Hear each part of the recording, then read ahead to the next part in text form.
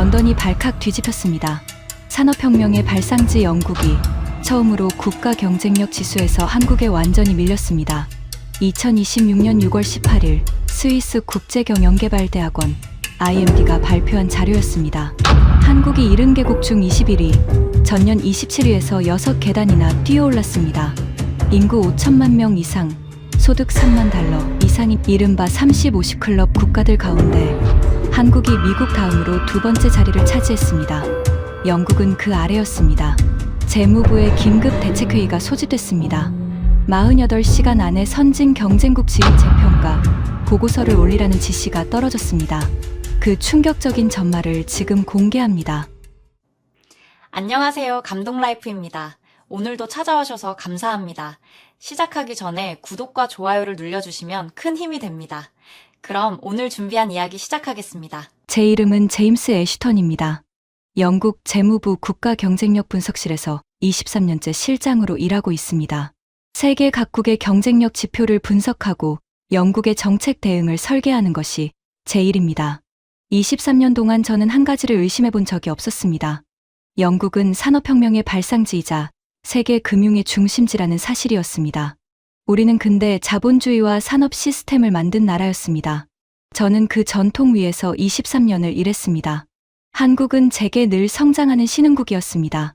반도체와 자동차를 잘 만들지만 경제 시스템의 근본적인 성숙도라는 면에서는 우리와 다른 체급이라고 저는 그렇게 믿어왔습니다. 옥스퍼드에서 경제학을 전공하던 시절부터 저는 늘 영국식 제도가 세계의 표준이라고 배웠습니다. 2016년 저는 브렉시트 이후 영국 경쟁력 회복 전략을 직접 설계한 적이 있습니다. 그 전략으로 재무부 내부 표창을 받았고 이후 국가 경쟁력 지표 분석 논의에서 제 발언이 상당한 무게를 갖게 됐습니다. 그때부터 저는 국가 경쟁력이란 오랜 시간 축적된 제도와 금융 인프라에서 나온다는 원칙을 세웠습니다. 그 원칙이 오늘 이 회의실까지 저를 데려왔습니다. 2026년 6월 18일 아침 제 책상 화면에 알림이 떴습니다. IMD가 발표한 국가 경쟁력 순위였습니다. 저는 커피를 마시다 말고 화면을 들여다봤습니다. 한국이 21위, 우리보다 위였습니다. 저는 그 순위를 다시 확인했습니다. 잘못 본 게 아니었습니다. 저는 세부 항목을 하나씩 살펴봤습니다. 경제성과 정부 효율성, 기업 효율성, 인프라까지 4개 분야 전체에서 한국의 점수가 고르게 올라 있었습니다. 341개 세부 지표를 종합한 결과였습니다. 저는 그 항목들을 다시 확인하며 이게 단순한 통계적 요행이 아닐 수도 있다는 불안감을 처음으로 느꼈습니다. 재무부 장관실에서 다시 연락이 왔습니다. 이 순위 변동이 일시적인 것인지 아니면 구조적인 전환인지를 판단해야 한다는 지시가 내려왔습니다. 48시간 안에 보고서를 제출하라는 명령이 떨어졌습니다. 23년 경력에서 가장 무거운 임무 중 하나였습니다. 산업혁명의 나라라 믿어온 영국의 지위를 이제 정면으로 검증해야 했습니다. 그것도 30-50 클럽 국가들 사이의 서열까지 비교해야 하는 민감한 보고서였습니다. 저는 런던 시내 재무부 청사로 향했습니다. 아침 안개가 템즈강 위로 낮게 깔려 있었습니다. 출근길 2층 버스가 안개 사이로 천천히 지나가고 있었습니다. 7층 회의실 문을 열자 진한 홍차 냄새가 먼저 밀려왔습니다. 창밖으로 빅벤이 흐린 하늘 위로 솟아 있었습니다. 긴 테이블 위에 낡은 회중시계 하나가 이미 놓여 있었습니다. 그 회중시계의 주인이 조나단 페어팩스였습니다. 영국산업연맹 명예회장, 66세였습니다. 백발에 늘 짙은 회색 핀스트라이프 정장을 입은 그는 대영제국 시절 세계 지도가 새겨진 회중시계를 늘 지니고 다녔습니다. 그 옆에는 영국의 지난 수년간 IMD 상위권 기록표를 인쇄해서 함께 지니고 다녔습니다. 페어팩스는 회의 때마다 그 두 가지를 꺼내 들었습니다. 애슈턴. 페어팩스가 회중시계를 테이블에 탁 내려놓으며 말했습니다. 이 보고서 걱정할 것 없습니다. 저는 자리에 앉으며 그를 바라봤습니다. 설명해 보시죠. 페어팩스가 시계 속 지도를 손끝으로 가리켰습니다. 우리는 근대 경제 시스템 자체를 만든 나라입니다. 지수 하나로 그 지위가 흔들릴 리 없습니다. 이런 순위는 매년 등락이 있기 마련입니다. 그때 회의실 문이 열리고 에밀리 하드캐슬이 들어왔습니다. 재무부 아시아 경제분석관이었습니다. 그녀가 노트북을 열며 조용히 말했습니다. 실장님, 결론 내리시기 전에 먼저 보셔야 할 숫자가 있습니다. 저는 그녀의 표정에서 뭔가 다른 것을 느꼈습니다. 페어팩스는 대수롭지 않다는 듯 기록표를 다시 매만졌습니다. 미리 말씀드리겠습니다.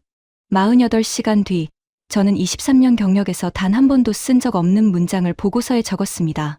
우리는 산업혁명을 일으킨 나라, 세계 경쟁력의 기준을 세운 나라라고 믿었습니다.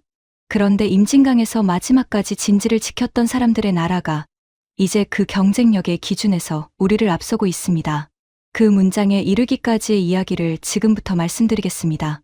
23년 동안 수백 개의 보고서를 써왔지만 이런 문장을 쓰게 될 줄은 그날 아침까지도 상상하지 못했습니다. 페어팩스가 회중시계를 다시 들여다봤습니다. 저는 그 낡은 시계를 바라보며 생각했습니다.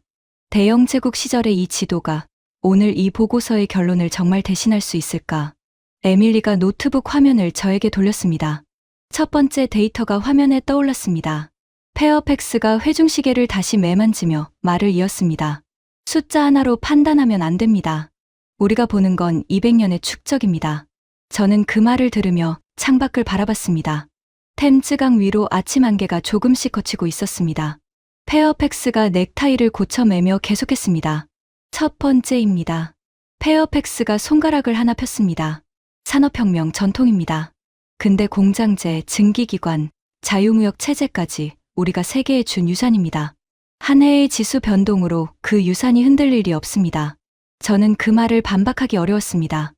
영국이 근대 산업 시스템의 발상지라는 건 실제로 부인할 수 없는 사실이었습니다.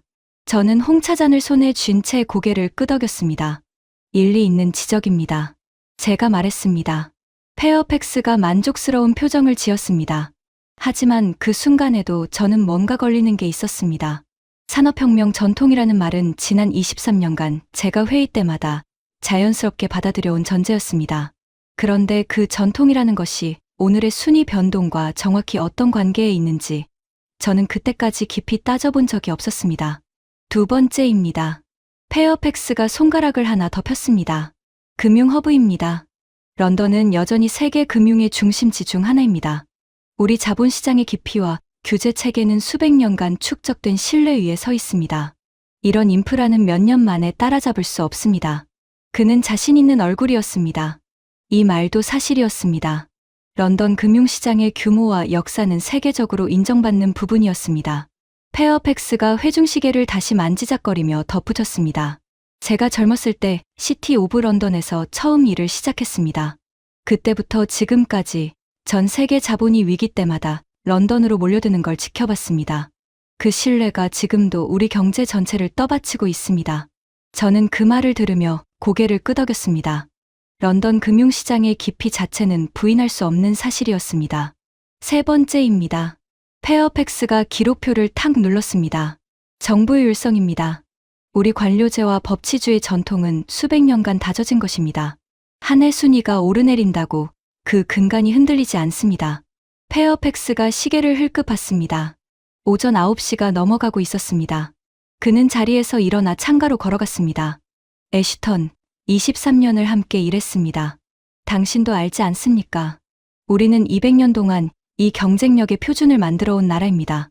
한국이 지수 몇 계단 오른다고 해서 그 표준이 바뀌지는 않습니다. 그의 목소리에는 확신이 담겨 있었습니다. 저는 그 확신이 낯설지 않았습니다. 어제까지의 제 확신과 똑같았기 때문입니다. 저는 그 세 가지 논리를 들으며 이상한 감각을 느꼈습니다. 산업혁명 전통, 금융허브, 정부의 율성. 23년 동안 제가 해온 생각과 정확히 같았습니다. 저도 같은 말을 회의에서 해왔습니다. 그런데 오늘은 왜인지 그 논리가 완결된 것처럼 들리지 않았습니다. 뭔가가 빠진 느낌이었습니다. 에밀리가 노트북 화면을 저에게 보여주려다 멈췄습니다. 그녀는 페어팩스의 말이 끝나기를 기다리고 있었습니다. 30대 중반인데도 이 회의실에서 그녀는 늘 가장 조용한 사람이었습니다. 그런데 오늘 그녀의 손끝이 노트북 트랙패드 위에서 미세하게 움직이고 있었습니다. 뭔가를 말하고 싶어 하는 사람의 몸짓이었습니다. 페어팩스 회장님, 저는 그를 바라보며 물었습니다. 당신이 말한 세 가지, 산업혁명 전통, 금융허브, 정부의 율성, 전부 23년 동안 제가 해온 말입니다. 그런데 에밀리가 열려는 화면에 그 세 가지가 반박된다면 어떻게 하겠습니까? 페어팩스가 회중시계를 손에 쥔 채 말했습니다. 반박될 게 없습니다. 역사가 말합니다. 저는 고개를 끄덕였습니다. 맞습니다. 그럼 들어봅시다. 페어팩스 옆에 앉아있던 신입 애널리스트가 노트북을 열었습니다. LSE를 갓 졸업한 신입인 듯했습니다. 감색 재킷에 안경을 쓴 그는 페어팩스를 바라보지 않고 화면만 들여다보고 있었습니다. 저는 그것을 알아챘습니다. 아직 아무 말도 하지 않은 사람이었습니다. 그런데 그 사람이 어느 순간 말을 할 것이라는 걸 저는 23년 경력으로 알고 있었습니다. 데이터가 그를 움직이고 있었습니다. 저는 에밀리를 바라봤습니다. 에밀리, 방금 페어팩스 회장이 한 3가지 주장 중 하나라도 자신 있게 반박할 수 있습니까? 에밀리가 잠시 침묵했습니다. 저는 그 침묵을 세고 있었습니다. 3초, 4초, 5초. 그리고 그녀가 고개를 들었습니다. 3가지 전부입니다, 실장님. 회의실 공기가 살짝 달라졌습니다. 페어팩스가 회중시계에서 손을 떼며 그녀를 바라봤습니다. 처음으로 날카로운 눈빛이었습니다.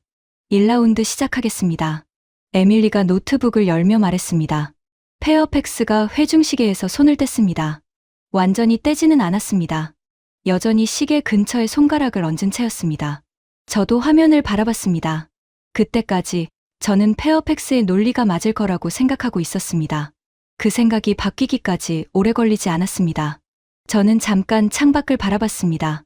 템즈강 위로 아침 햇살이 퍼지고 있었습니다. 저는 홍차를 한 모금 마시며 생각했습니다. 페어팩스의 논리가 맞는다면 이 보고서는 쉽게 쓸 수 있었습니다. 산업혁명 전통, 금융허브, 정부 효율성. 장관실에 올리기 좋은 결론이었습니다. 그런데 에밀리가 열려는 화면이 그 결론을 흔들 것 같았습니다. 저는 그 예감을 애써 누르며 화면을 바라봤습니다. 아직 꺼내지 않은 숫자가 있습니다. 에밀리가 조용히 말했습니다.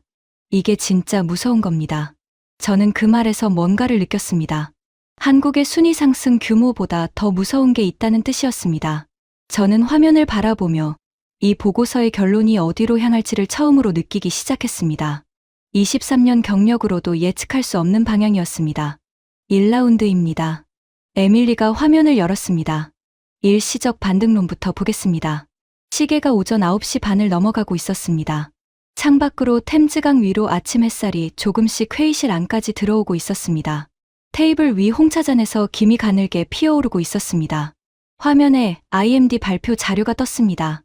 페어팩스 회장님, 한국의 2024년 순위가 몇 위였는지 아십니까?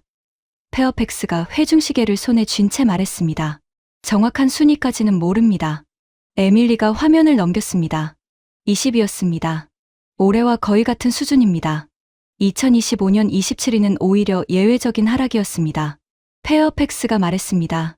그럼 2025년 하락이야말로 진짜 실력 아닙니까? 에밀리가 고개를 끄덕였습니다. 일리 있는 지적입니다. 그런데 2025년 하락의 원인이 무엇이었는지 아십니까? 페어팩스가 잠깐 멈췄습니다. 정치적 불안정이었다고 들었습니다. 에밀리가 화면을 넘겼습니다. 맞습니다. 비상계엄 사태의 여파였습니다. 그 일시적 정치 충격이 지나가자 곧바로 2024년 수준으로 돌아왔습니다. 이게 바로 실력이 일시적으로 흔들렸다가 회복됐다는 증거입니다. 페어팩스가 순위 그래프를 손끝으로 짚으며 물었습니다. 2024년 수준으로 돌아온 것과 그 이상으로 오른 것은 다른 이야기 아닙니까? 에밀리가 고개를 끄덕였습니다. 정확한 지적입니다. 실제로 2024년 20위보다 올해 21위는 근소하게 낮습니다.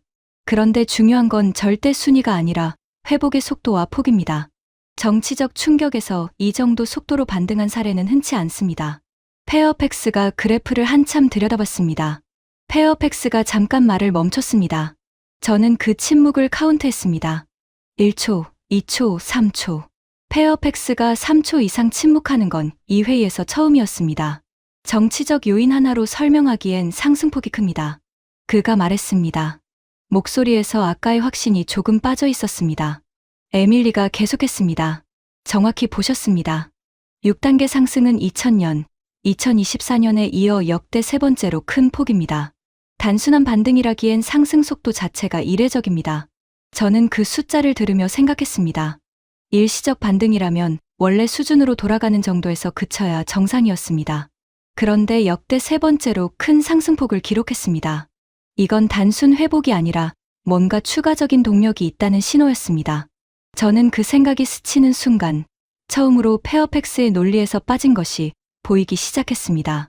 23년 동안 경쟁력 지표를 검토해온 감각으로도 이 정도의 회복 속도는 흔히 보는 패턴이 아니었습니다. 1라운드 마무리하겠습니다. 에밀리가 말했습니다. 일시적 반등론은 반박됐습니다. 역대 세 번째로 큰 상승폭입니다. 페어팩스가 회중시계에서 손을 뗐습니다. 조용히, 세게 누르지 않고 저는 그 동작을 바라봤습니다. 오늘 처음 있는 변화였습니다. 신입 애널리스트가 구석에서 처음으로 입을 열었습니다. 회장님, 저도 한 가지 말씀드리겠습니다. 저희 내부 모델로 다시 돌려봤는데 이 정도 상승폭이 단순 정치적 반등으로 설명될 확률은 매우 낮게 나옵니다. 오히려 정치적 충격을 흡수하고도 남는 구조적 개선이 있었다는 게 더 설득력 있는 해석입니다. 페어팩스가 그를 바라봤습니다. 이번엔 날카롭게 바라보지 않았습니다. 그냥 들었습니다. 2라운드입니다. 에밀리가 말했습니다. 설문 비중 왜곡이라는 이야기를 하겠습니다. 페어팩스가 몸을 앞으로 기울였습니다. 맞습니다. 이게 핵심입니다. IMD 지수는 설문조사 비중이 상당합니다. 한국 내 설문 응답자들의 주관적 평가가 실제보다 후하게 나왔을 가능성이 있습니다. 그의 목소리에 다시 힘이 들어갔습니다. 에밀리가 고개를 끄덕였습니다. 맞습니다. 설문 비중이 있는 건 사실입니다. 그런데 페어팩스 회장님, 341개 세부 지표 중 통계 지표와 설문 지표의 비중이 각각 얼마인지 아십니까? 페어팩스가 잠깐 멈췄습니다. 정확한 비율까지는 모릅니다. 에밀리가 화면을 넘겼습니다. 통계 지표가 170개, 설문 지표가 92개입니다. 나머지는 참고 지표입니다. 통계 지표가 설문 지표보다 많습니다. 페어팩스가 지표 구성표를 손끝으로 짚으며 물었습니다. 그래도 설문 지표가 92개나 됩니다. 에밀리가 다음 화면을 열었습니다. 맞습니다. 적지 않은 비중입니다. 그런데 한국 내 응답률이 낮았다는 지적이 오히려 있었습니다. 응답률이 낮으면 설문 결과의 영향력은 더 제한적입니다. 오히려 통계 지표의 개선이 순위 상승을 주도했다고 보는 게 합리적입니다. 페어팩스가 잠시 화면에서 시선을 떼지 못했습니다. 그래도 설문 비중이 결과에 영향을 줄 수 있습니다. 페어팩스가 시도했습니다. 목소리에 힘이 빠져 있었습니다. 에밀리가 고개를 저었습니다. 맞습니다. 영향을 줄 수 있습니다. 그런데 4대 분야, 경제 성과와 정부 효율성과 기업 효율성과 인프라 전부에서 고르게 순위가 상승했습니다. 설문 응답 편향 하나로 4개 분야 전체가 동시에 좋게 나오기는 어렵습니다. 회의실이 조용해졌습니다. 저는 그 대비가 핵심을 찌른다는 걸 알았습니다. 설문 비중이 결과를 왜곡했다면 특정 분야만 유독 좋게 나와야 정상이었습니다. 그런데 4개 분야 전체가 고르게 상승했습니다. 저는 그 사실을 오늘 처음으로 다른 각도에서 보고 있었습니다. 두 번째 숫자를 보겠습니다. 에밀리가 말했습니다. 기업 효율성 분야의 세부 상승폭도 확인하시겠습니까? 페어팩스가 대답하지 않았습니다. 저는 그 침묵을 세고 있었습니다. 4초, 5초. 기업 효율성이 10단계 상승했습니다. 에밀리가 말했습니다. 페어팩스 회장님, 이건 통계 지표 위주의 분야입니다. 설문 편향으로 설명하기 어려운 상승폭입니다. 신입 애널리스트가 조용히 끼어들었습니다. 회장님, 저희가 참고한 세부 항목을 다시 봤는데 생산성, 노동시장, 금융 접근성 지표가 전부 개선됐습니다. 특정 항목 하나가 아니라 기업 효율성 전 영역에서 고르게 나타난 상승입니다. 페어팩스가 그를 바라봤습니다. 반박하려다 멈췄습니다.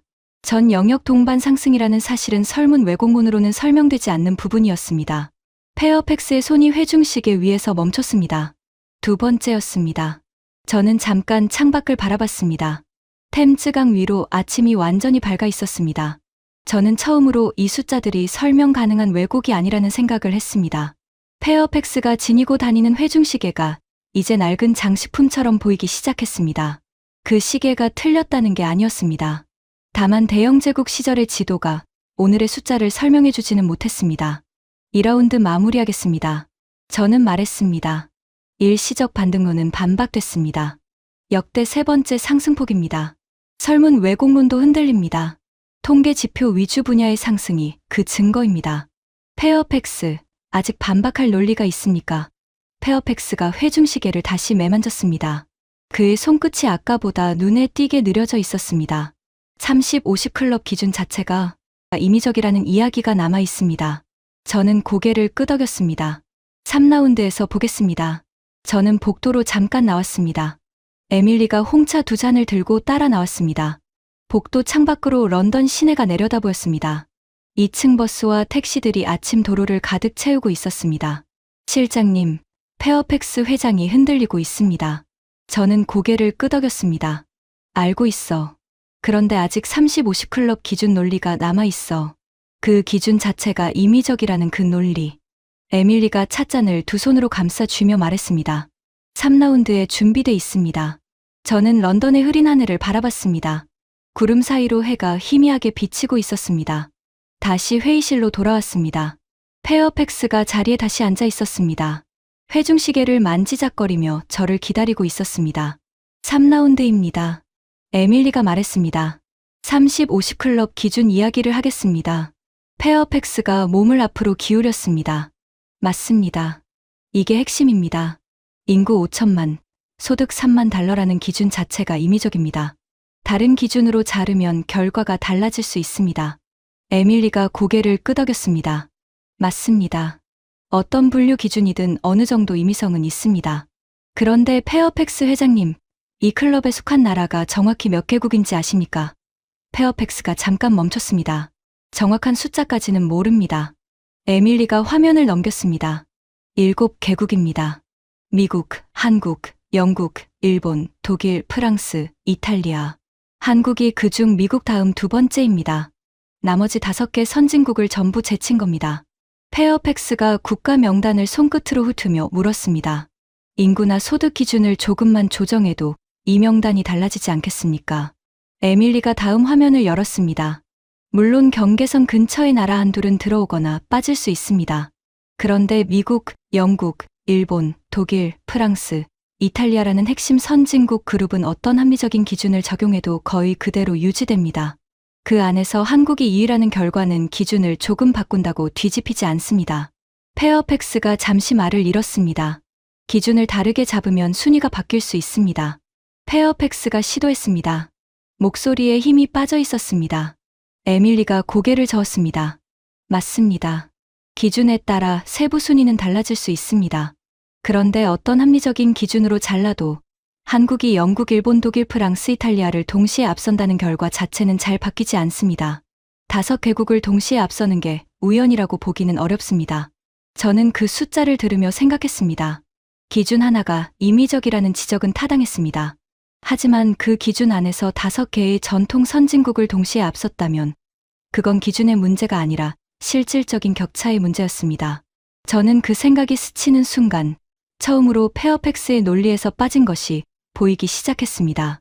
3라운드 마무리하겠습니다. 저는 말했습니다. 30, 50 클럽 기준론도 흔들립니다. 5개국 동시 추월이 그 증거입니다. 페어팩스, 아직 남은 게 있습니까? 페어팩스가 오랫동안 대답하지 않았습니다. 저는 그 침묵을 셌습니다. 5초, 10초. 그가 조용히 말했습니다. 그래도 이 상승세가 앞으로도 이어질지는 아직 지켜봐야 합니다. 처음으로 방어적인 논리였습니다. 4라운드입니다. 에밀리가 말했습니다. 향후 전망을 함께 보겠습니다. 화면에 새 표가 떴습니다. 페어팩스 회장님, 한국의 지난 10년간 IMD 순위 추이가 어떤 방향이었는지 아십니까? 페어팩스가 계산을 시도하다 멈췄습니다. 저도 암산으로 따라가다 멈췄습니다. 등락은 있었지만 전반적으로 상승 추세였습니다. 에밀리가 말했습니다. 2025년의 하락도 정치적 일의 상황이었고 그걸 제외하면 꾸준히 개선돼 왔습니다. 이 추세가 이어진다면 다음 조사에서 한국이 더 상승할 가능성도 있습니다. 페어팩스가 낮은 목소리로 말했습니다. 아직 확정된 미래는 아닙니다. 에밀리가 고개를 끄덕였습니다. 맞습니다. 아직 확정은 아닙니다. 그런데 이미 10년 가까이 같은 방향으로 움직여온 추세가 갑자기 방향을 바꿀 이유가 있을까요? 페어팩스가 회중시계를 만지작거리며 계산기를 꺼내 두드렸습니다. 숫자를 몇 번이나 다시 입력했습니다. 저는 그 손끝이 아까보다 느려졌다는 걸 알아챘습니다. 회장님, 저는 조용히 물었습니다. 지금 계산기로 무엇을 확인하고 계십니까? 페어팩스가 계산기를 내려놓았습니다. 잠시 대답하지 않았습니다. 지난 10년간 우리와 한국의 순위 격차 변화를 다시 돌려보고 있었습니다. 그가 말했습니다. 결과가 어떻게 나왔습니까? 페어팩스가 화면을 보며 낮게 말했습니다. 생각보다 격차가 더 좁혀져 있었습니다. 회의실에 짧지만 무거운 침묵이 흘렀습니다. 회의실이 조용해졌습니다. 저는 그 역설이 핵심을 찌른다는 걸 알았습니다. 우리는 산업혁명의 나라라는 자부심으로 스스로를 지켜왔습니다. 그런데 실질적인 경쟁력을 구성하는 지표들에서 격차가 좁혀지는 게 아니라 점점 벌어지는 방향으로 가고 있었습니다. 23년 경력에서 한 번도 마주해 본 적 없는 구도였습니다. 도미노 시나리오를 보겠습니다. 에밀리가 다음 화면을 열었습니다. 이 흐름이 이어지면 무슨 일이 벌어지는지입니다. 첫 번째, 한국의 상승 추세가 이어지면 30-50 클럽, 50 클럽 내 격차가 더 벌어집니다. 두 번째, 우리가 산업혁명의 나라라는 지위를 당연하게 여겨온 프레임을 이제 경쟁 구도로 재정의해야 합니다. 우리의 경쟁력 전략 전체를 다시 짜야 한다는 뜻입니다. 페어팩스가 조용히 물었습니다. 세 번째는 없습니까? 에밀리가 그를 바라봤습니다. 예상치 못한 질문이었습니다. 세 번째는 우리에게 달려 있습니다. 그녀가 말했습니다. 지금 이 결과를 위기로만 볼 것인지 아니면 우리 경쟁력을 다시 점검할 계기로 삼을 것인지 그 선택에 따라 그림이 달라질 수 있습니다. 페어팩스가 처음으로 고개를 끄덕였습니다. 반박이 아니라 동의의 끄덕임이었습니다. 신입 애널리스트가 다시 입을 열었습니다. 회장님, 이건 단순히 순위 하나가 바뀌는 문제가 아닙니다. 우리가 선진 경쟁국이라는 정체성을 어떻게 정해왔는지 그 자체가 흔들리는 겁니다. 페어팩스가 창밖을 바라봤습니다. 템즈강이 완전히 밝아 있었습니다. 그는 오랫동안 말이 없었습니다. 이틀 동안 처음으로 그의 시선이 회중시계가 아니라 창밖 어딘가 먼 곳을 향해 있었습니다. 아직 하나가 더 남았습니다. 에밀리가 조용히 말했습니다. 이건 숫자가 아닙니다. 페어팩스가 그녀를 바라봤습니다. 뭡니까? 에밀리가 다른 폴더를 열었습니다. 사람입니다. 저는 그 말을 들으며 잠깐 창가로 걸어갔습니다. 런던의 흐린 하늘이 유리창 너머로 보였습니다. 저는 그 하늘을 바라보며 23년 경력에서 처음으로 다른 질문을 해봤습니다. 우리가 산업혁명의 나라라 믿어온 그 자부심이 정말 우리가 서 있어야 할 자리였는가? 저는 그 질문을 스스로에게 던지며 지난 23년을 되짚어봤습니다. 산업혁명의 전통을 자랑스러워하는 동안 저는 늘 한국을 뒤따라오는 신흥국으로만 봐왔습니다. 같은 무대에서 함께 경쟁할 수 있는 상대라는 생각은 해본 적이 없었습니다. 그런데 오늘 이 회의실에서 그 생각 자체가 조금씩 다른 모양으로 보이기 시작했습니다. 에밀리가 노트북을 잠시 덮었습니다. 화면 대신 우리를 바라봤습니다. 실장님, 페어팩스 회장님, 숫자 이야기는 여기까지 하고 제 이야기를 잠깐 드려도 되겠습니까? 회의실이 조용해졌습니다. 저는 그녀의 목소리에서 평소와 다른 떨림을 느꼈습니다. 5년 동안 이 회의실에서 그녀가 자기 이야기를 꺼낸 적은 한 번도 없었습니다. 제 할아버지는 글로스터셔 연대 소속 병사였습니다. 에밀리가 말했습니다. 1951년 4월 임진강 전투에 참전하셨습니다. 그때 할아버지 나이 22이었습니다. 페어팩스가 그녀를 바라봤습니다. 회중시계를 쥔 손이 테이블 위에서 멈춰 있었습니다. 할아버지는 원래 브리스톨의 작은 마을 출신이었습니다. 에밀리가 계속했습니다. 징집으로 입대하셨고 한국으로 파병된다는 소식을 들었을 때 그 나라가 지도 어디에 있는지도 잘 모르셨다고 합니다. 그저 명령에 따라 배를 타고 몇 주를 항해해 낯선 땅에 도착하셨습니다.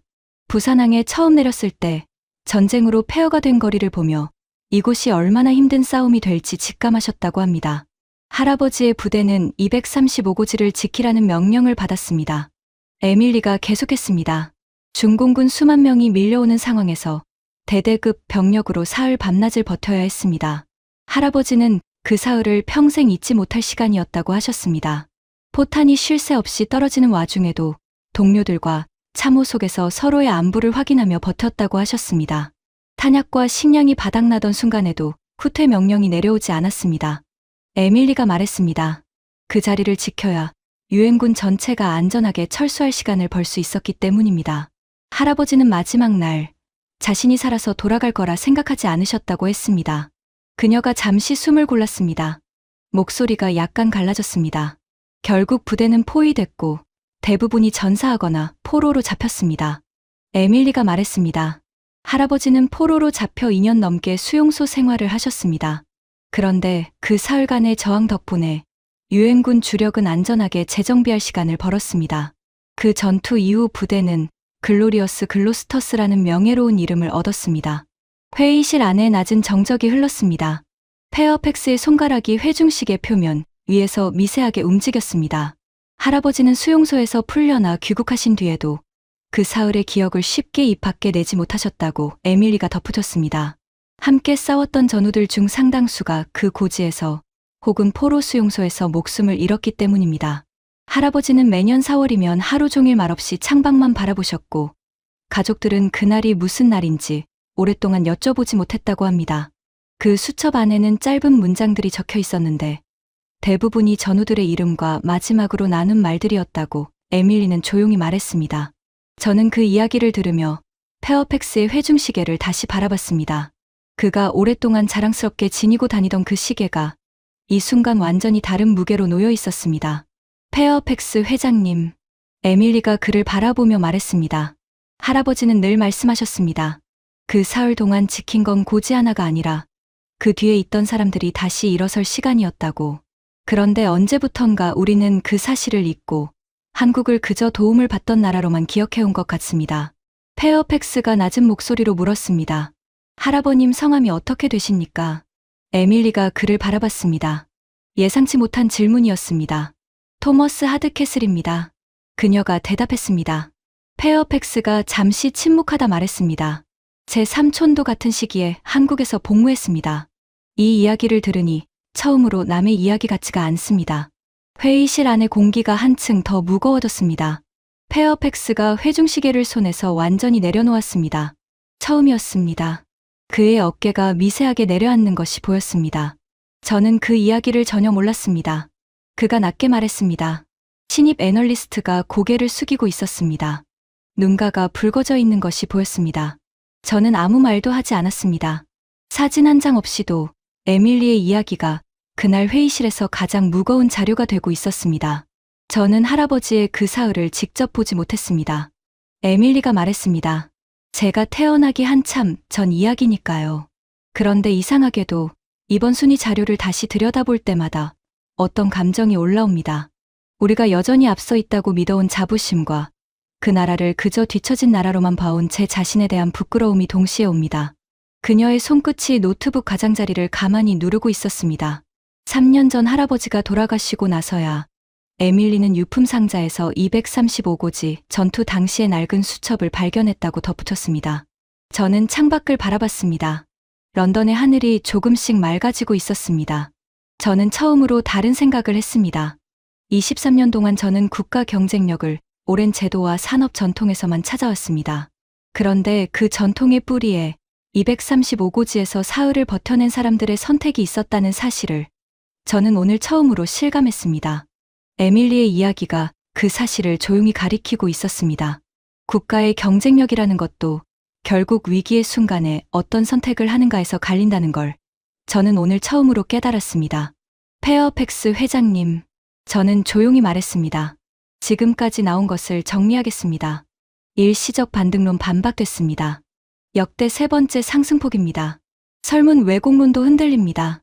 30, 50 클럽 기준론도 5개국 동시 추월 앞에서 흔들립니다. 향후 격차 확대 가능성도 확인했습니다. 그리고 오늘 이 숫자들 뒤에 235고지를 지킨 사람들의 이야기가 있었다는 것도 알게 됐습니다. 이 중에 하나라도 반박할 게 있습니까? 페어팩스가 오랫동안 대답하지 않았습니다. 회중시계가 테이블 위에 그대로 놓여 있었습니다. 손이 가지 않았습니다. 페어팩스가 2분 동안 말이 없었습니다. 회중시계가 테이블 위에 그대로 놓여 있었습니다. 회의실에는 에어컨 소리만 낮게 울렸습니다. 창밖으로 템즈강의 정오 햇살이 유리창을 통해 길게 들어오고 있었습니다. 멀리 빅벤이 그 햇살 아래 조용히 서 있었습니다. 관광객들의 사진 찍는 모습이 멀리 다리 위로 보였습니다. 저는 기다렸습니다. 에밀리도 기다렸습니다. 신입 애널리스트도 마찬가지였습니다. 이 침묵을 먼저 깨서는 안 됐습니다. 페어팩스 스스로 깨야 했습니다. 23년, 아니 산업연맹에서 쌓아온 경력까지 합치면 그 이상 쌓아온 논리가 무너지는 사람에게는 스스로 결론에 도달할 시간이 필요했습니다. 신입 애널리스트가 먼저 입을 열었습니다. 회장님, 페어팩스가 그를 바라봤습니다. 저는 보고서를 따로 쓰겠습니다. 이건 일시적 반등이 아닙니다. 구조적 전환입니다. 그렇게 올리겠습니다. 페어팩스가 아무 말도 하지 않았습니다. 반박하지도 않았습니다. 그것이 이 회의에서 처음 있는 일이었습니다. 페어팩스가 천천히 회중시계를 집어들었습니다. 그리고 조용히 손바닥 위에 올려놓고 오랫동안 들여다봤습니다. 오래된 금속 뚜껑에 잔음집이 여러 겹나 있었습니다. 수십 년 동안 지니고 다닌 흔적이었습니다. 그가 손끝으로 시계 속 세계지도를 천천히 쓸어봤습니다. 애슈턴. 그가 말했습니다. 목소리가 아까와 달랐습니다. 내가 틀렸습니다. 그 말이 회의실 안에서 조용히 울렸습니다. 이 순위 변동을 일시적이라고 설명하고 싶었습니다. 그게 제가 오랫동안 지켜온 프레임이었으니까요. 그런데 오늘 나온 숫자들이 그리고 에밀리의 이야기가 그 프레임을 더는 쓰지 못하게 합니다. 저는 아무 말도 하지 않았습니다. 창밖으로 템즈강의 정오가 가까워지고 있었습니다. 페어팩스가 자리에서 일어나 창가로 걸어갔습니다. 23년 동안 이 회의실에서 그가 창가로 먼저 걸어간 적은 없었습니다. 늘 자리에 앉아 상대를 바라보는 쪽이었습니다. 오늘은 달랐습니다. 그는 등을 돌린 채 한참 서 있었습니다. 저는 이 시계를 오랫동안 자랑스럽게 지니고 다녔습니다. 페어팩스가 등을 돌린 채 말했습니다. 우리가 세계 질서를 만든 나라라는 증거라고 생각했습니다. 그런데 오늘 처음으로 그 지위가 영원한 소유가 아니라 계속 지켜내야 하는 것일 수도 있다는 생각이 듭니다. 그리고 235고지에서 사흘을 버텨낸 사람들이 있었다는 것도요. 저는 그 말을 들으며 처음으로 페어팩스가 옳다고 생각했습니다. 그가 다시 자리로 돌아와 앉았습니다. 23년 동안 봐온 그의 얼굴이었지만 오늘은 처음 보는 표정이었습니다. 제 아버지가 저한테 늘 말씀하셨습니다. 페어팩스가 말했습니다. 해가 지지 않는 나라라고. 저는 그 말을 평생 자부심으로 삼고 살았습니다. 그런데 오늘 그 자부심이 계속 갱신되지 않으면 그저 과거형이 될 수도 있다는 걸 처음으로 다시 생각하게 됐습니다. 그의 목소리는 낮았지만 흔들리지 않았습니다. 페어팩스가 잠시 창밖을 바라보다 다시 말을 이었습니다. 제가 산업연맹에 처음 들어왔을 때 선배들이 늘 하던 말이 있었습니다. 우리는 세계가 따라와야 할 표준이라고. 그 말에 저는 평생 자부심을 느끼며 살았습니다. 그런데 에밀리의 할아버님 이야기를 듣고 보니 표준이라는 것도 결국 누군가 목숨을 걸고 지켜낸 자리 위에서 만들어지는 것이었다는 걸 깨달았습니다. 어쩌면 저는 그 무게를 너무 쉽게 당연시해왔는지도 모릅니다. 신입 애널리스트가 고개를 끄덕이며 조용히 그를 바라봤습니다. 저는 보고서 결론을 열었습니다. 타이핑하기 시작했습니다. 2026년 한국 IMD 국가 경쟁력 순위 상승 원인 분석 및 대응 전략. 첫 줄 결론을 썼습니다. 이번 순위 상승은 일시적 정치 반등이 아닌 경제성과 정부 효율성, 기업 효율성, 인프라 4대 분야의 고른 개선에 따른 구조적 결과임. 30-50 클럽 내 5개 선진국 동시 추월은 우연이 아닌 실질적 경쟁력 격차의 반영. 경쟁력 전략의 근본적 재검토 필요. 타이핑을 멈추고 잠시 화면을 바라봤습니다. 23년 동안 수백 개의 보고서를 써왔지만 오늘처럼 손이 무겁게 느껴진 적은 없었습니다. 그리고 마지막 줄을 썼습니다. 우리는 산업혁명을 일으킨 나라, 세계 경쟁력의 기준을 세운 나라라고 믿었습니다. 그런데 임진강에서 마지막까지 진지를 지켰던 사람들의 나라가 이제 그 경쟁력의 기준에서 우리를 앞서고 있습니다. 페어팩스가 화면을 읽었습니다. 마지막 줄은 보고서 문체가 아닙니다. 저는 고개를 끄덕였습니다. 맞습니다. 그런데 틀린 말도 아닙니다. 페어팩스가 잠시 생각하더니 말했습니다. 남겨두십시오. 그는 창가에서 돌아서며 에밀리를 바라봤습니다. 고맙습니다. 그가 말했습니다. 짧은 두 마디였지만 23년 동안 함께 일한 제가 처음 듣는 종류의 말이었습니다. 에밀리가 긴 숨을 내쉬었습니다. 저는 그녀를 바라봤습니다. 잘했습니다. 제가 말했습니다. 할아버님 관련 자료가 있으면 저희 아카이브에도 남겨주세요. 그녀가 잠깐 멈추더니 고개를 끄덕였습니다. 네, 그렇게 할게요. 그녀의 목소리가 약간 떨렸습니다. 저는 보고서 저장 버튼을 눌렀습니다. 재무부 장관실 제출용 파일이 완성됐습니다. 48시간 중 아직 20시간이 남아 있었습니다. 에밀리가 복도로 나가 전화를 거는 모습이 회의실 유리문 너머로 보였습니다. 잠시 후 돌아온 그녀가 말했습니다. 어머니가 한참 말씀이 없으셨어요. 5년 만에 처음으로 제가 할아버지 이야기를 회의에서 꺼냈다고요. 저는 그 말을 들으며 잠깐 눈을 감았습니다. 페어팩스가 가방을 챙기며 문 앞에서 멈췄습니다. 돌아보며 말했습니다. 애쉬턴, 이번 보고서 제목이 뭡니까? 저는 화면을 보며 말했습니다. 한국 IMD 국가 경쟁력 순위 상승. 우리의 선택. 페어팩스가 고개를 끄덕이며 회의실을 나갔습니다. 문이 닫혔습니다.